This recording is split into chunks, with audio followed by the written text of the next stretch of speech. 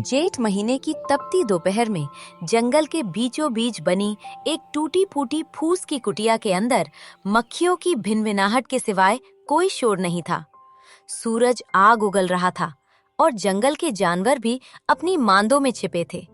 लेकिन इस जानलेवा गर्मी में भी दो दिमाग अपनी शातिर चालें चलने में व्यस्त थे।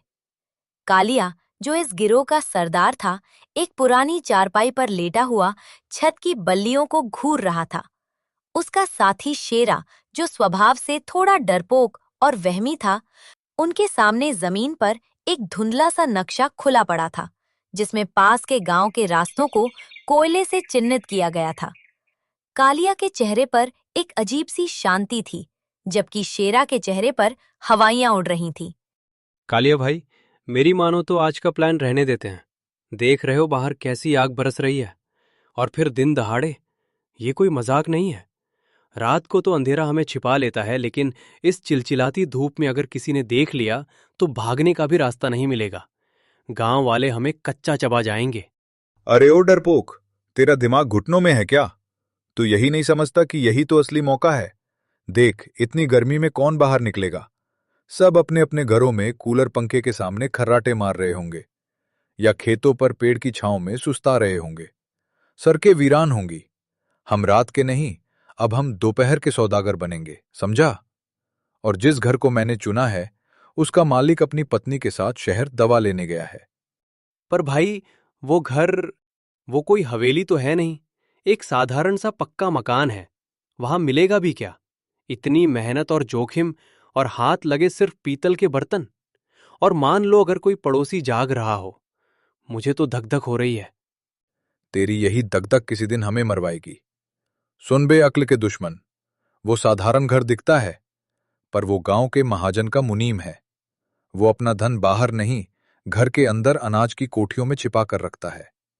मैंने पक्की खबर निकाली है। आज अगर हाथ मार लिया तो अगले 6 महीने तक इस जंगल की गर्मी में सड़ना नहीं पड़ेगा। अब चुपचाप उठ और अपना झोला उठा, वरना तुझे यहीं छोड़ जाऊंगा और सब कुछ अकेले हजम कर जाऊंगा। आखिरकार कालिया की डांट सुनकर शेरा बेमन से खड़ा हुआ और जंगल की सकरी पगडंडी पर चल पड़े। सूरज ठीक सिर पर था।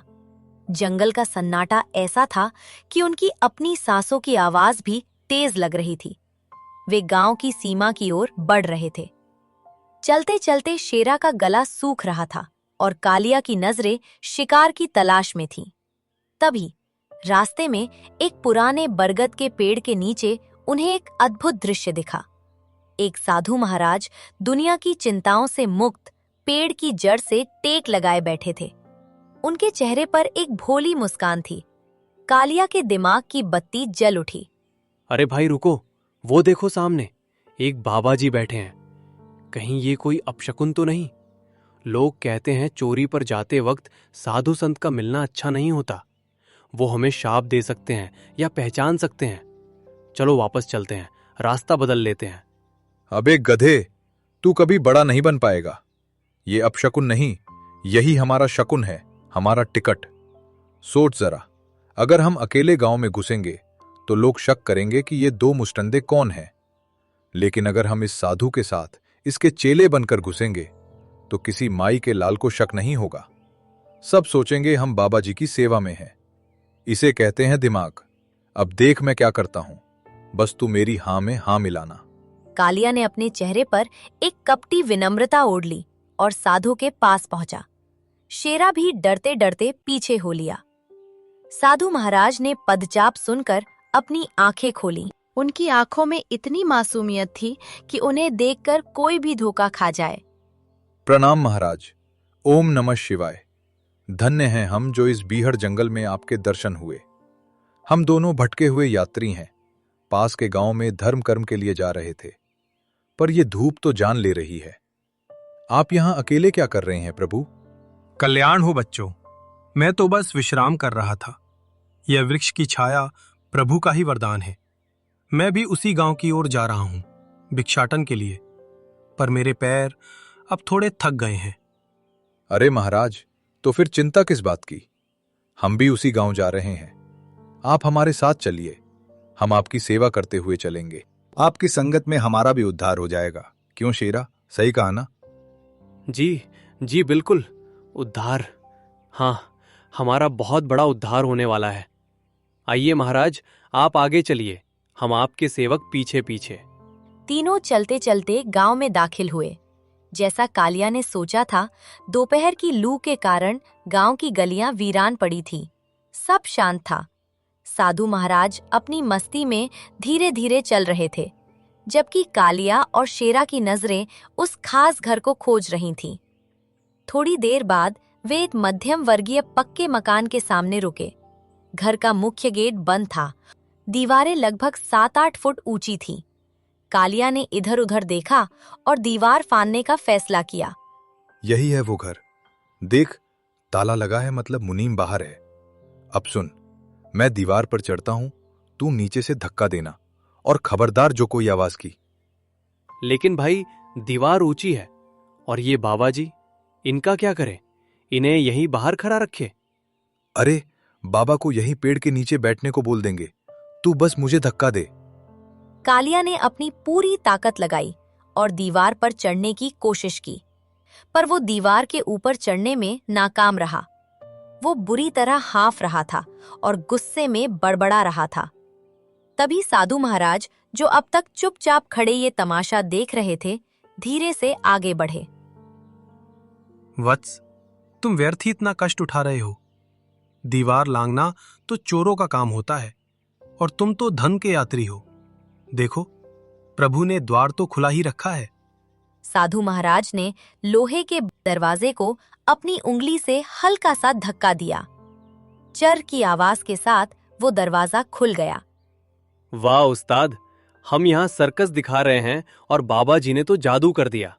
कहा था ना, बाबा जी चमत्कारी हैं। दरवाजा खुला था और हम दीवार पर चढ़ रहे थे। चुप कर, ज्यादा मत बोल। ये बस इत्तेफाक था। चल जल्दी अंदर, अब और देर नहीं करनी। तीनों घर के आंगन में दाखिल हुए। अंदर ठंडक थी और गहरा सन्नाटा पसरा हुआ था। कालिया और शेरा तुरंत अपने काम पर लग गए। उनकी आंखें कीमती सामान ढूंढ रही थीं। लेकिन साधु महाराज के लिए ये घर किसी मंदिर से कम नहीं था। वे बड़े कौतूहल से घर की साफ सफाई और सजावट देख रहे थे। चलते चलते वे रसोई घर में पहुंच गए। वहां मेज पर एक थाली में कुछ फल और मिठाइयां ढककर रखी हुई थीं। साधु को सुबह से भूख लगी थी और उन्हें लगा कि ये सब भगवान ने उनके लिए ही रखा है। वाह, हे अन्नपूर्णा माता, आपकी लीला अपरंपार है। इस निर्जन भवन में भी आपने अपने भक्त के लिए भोजन की व्यवस्था कर दी। कितना सुंदर संयोग है। अरे ओ महात्मा, धीरे बोलो। क्यों पूरे मोहल्ले को न्योता दे रहे हो? चुपचाप जो खाना है खाओ और एक कोने में बैठ जाओ। हमें अपना शोध कार्य करने दो। वत्स, भोजन को अकेले ग्रहण करना पाप है। तुम भी आओ, थोड़ा प्रसाद ले लो। तुम दोनों भी तो थके हुए हो। भाई, एक लड्डू खा लूं क्या? भूख तो मुझे भी लगी है। खबरदार जो खाने के बारे में सोचा। हम यहां पिकनिक मनाने नहीं आए हैं। कुछ देर बाद शेरा को एक पोटली मिली और कालिया को कुछ नगद रुपए मिले। दोनों खुश थे और अब वहां से निकलने की तैयारी कर रहे थे। उधर साधु महाराज ने फल खा लिए थे और अब उनका मन भक्ति भाव से भर गया था। वे घर के आंगन में बने छोटे से पूजा घर के पास पहुंचे। वहां भगवान कृष्ण की एक सुंदर मूर्ति रखी थी। साधु ने सोचा कि भोजन के बाद प्रभु का धन्यवाद करना तो आवश्यक है, लेकिन सबसे बड़ी मुसीबत ये थी कि वहां एक बहुत बड़ी पीतल की घंटी लटकी हुई थी, जिसे मुनीम जी आरती के समय बजाते थे। हे प्रभु, आपने आश्रय दिया, भोजन दिया। अब मेरा कर्तव्य है कि मैं आपकी आरती करूं और आपको जगाऊं। साधु ने आव देखा न ताव। भक्ति के जोश में आकर वो भारी भरकम घंटी पकड़ ली और पूरी ताकत से बजाना शुरू कर दिया। घंटी की आवाज इतनी तेज थी कि घर की दीवारें भी थर्रा गईं। कालिया और शेरा, जो अपनी पोटली बांधकर बस निकलने ही वाले थे, उस आवाज को सुनकर दहशत से उछल पड़े। अरे बाप रे, ये क्या कर रहा है? ये साधु हमें मरवाएगा।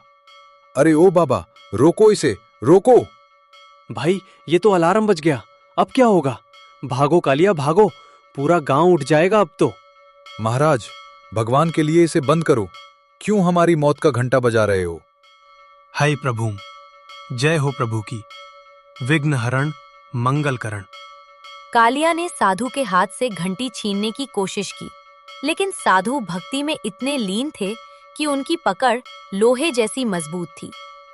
घंटी की आवाज लगातार गूंजती रही और इस शोर ने वो काम कर दिया जिसका चोरों को सबसे ज्यादा डर था।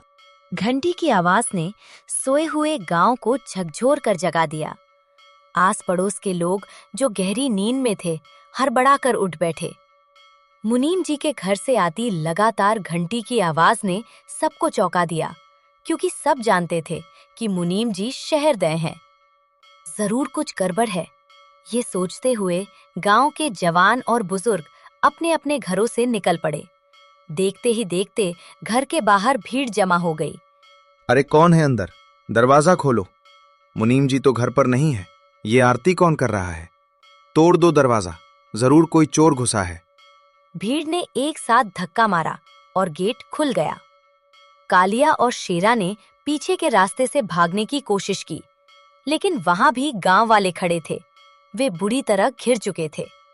अंदर घुसते ही गांव वालों ने देखा कि दो लोग चोरी की पोटली लिए कांप रहे हैं और एक साधु महाराज मजे से घंटी बजा रहे हैं। गांव के पहलवान युवकों ने तुरंत कालिया और शेरा को पकड़ लिया। माफ कर दो भाई साहब, हमसे गलती हो गई। हम तो बस रास्ता भटक गए थे। रास्ता भटक गए थे या तिजोरी का रास्ता ढूंढ रहे थे? और ये पोटली में क्या है? दोपहर की नींद खराब करने का मजा चखाते हैं तुम्हें। तभी सरपंच जी आगे आए। उन्होंने साधु महाराज को देखा, जो अब शांत खड़े थे। सरपंच और बाकी गांव वालों को लगा कि साधु महाराज ने ही जानबूझकर घंटी बजाई, ताकि गांव वाले जाग जाएं और चोर पकड़े जाएं। माहौल का रुख ही बदल गया। महाराज, आप धन्य हैं। आप साक्षात भगवान बनकर आए। अगर आप सही समय पर घंटी ना बजाते तो ये दुष्ट मुनीम जी की जीवन भर की कमाई ले उड़ते। आपकी सूझबूझ ने हमें बचा लिया। सूझबूझ? कैसी सूझबूझ बेटा? मैं तो बस अपने प्रभु को भोग लगाकर उन्हें प्रसन्न कर रहा था। ये दोनों बालक तो मेरे साथ आए थे, बड़े सेवा भावी थे। पर तुम लोग इन्हें क्यों पीट रहे हो? सेवा भावी? हाँ, हम तो सेवा ही कर रहे थे। देख लिया कालिया भाई, बाबा जी तो हीरो बन गए। गांव वालों ने साधु का जयकारा लगाया। जंगल की वो योजना, वो तपती दोपहर और वो घंटी, सब कुछ एक अजीब कहानी बनकर रह गया, जहां भोलापन जीत गया और चालाकी हार गई। तो दोस्तों, इस कहानी से हमें ये सीख मिलती है कि बुरे इरादों से किया गया काम कभी सफल नहीं होता। कालिया और शेरा ने चालाकी तो बहुत दिखाई, लेकिन साधु महाराज की मासूमियत और भक्ति के आगे उनकी सारी होशियारी धरी की धरी रह गई। छल कपट आपको कुछ देर के लिए छिपा सकता है, लेकिन अंत में जीत हमेशा सच्चाई और भोलेपन की ही होती है।